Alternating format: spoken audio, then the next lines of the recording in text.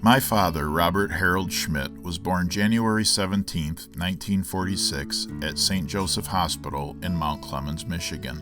From humble beginnings in the city of Mount Clemens, my dad discovered his love for music at a very young age after joining the choir at his church. Following the divorce of his parents, my father relocated to the city of Elginak to live with my grandfather. He attended Elginak High School, graduating in the summer of 1964.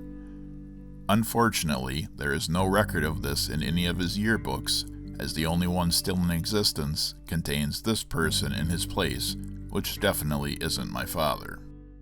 After a brief relocation to Florida, he returned to Michigan in the mid-70s.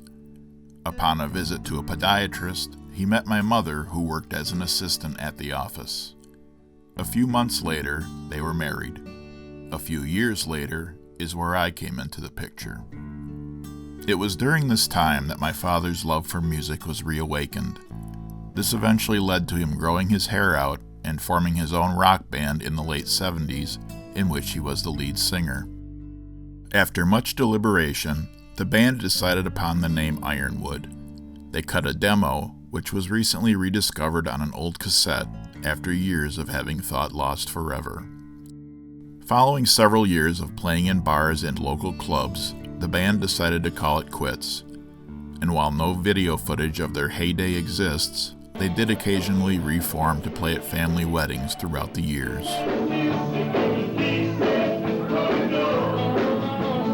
The strongest bond between my father and I was definitely our love for music and films. One of my earliest memories is sitting on his lap watching Night of the Living Dead and eating tuna fish from a can well into the wee hours of the night. They're coming to get you, Barbara. During a stint of unemployment, we would spend 2 to 3 days a week in local movie theaters watching films that I was probably way too young to be viewing. He was also the coach of my Little League baseball team for 3 years.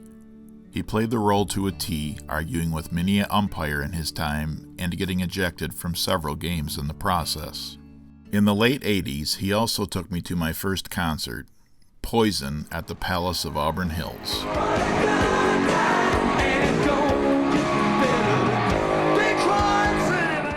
An avid fisherman, he always said that when he died, he wanted his ashes to be spread in Lake St. Clair so he could feed back the families of some of the fish he captured throughout his years. Unfortunately, we lost him unexpectedly in May of 2015. 2 years later, my family and I are still trying to wrangle up the strength to fulfill his wish. My father was a lot of things: a fisherman, a coach, and even a rock star. But most of all, he was my friend.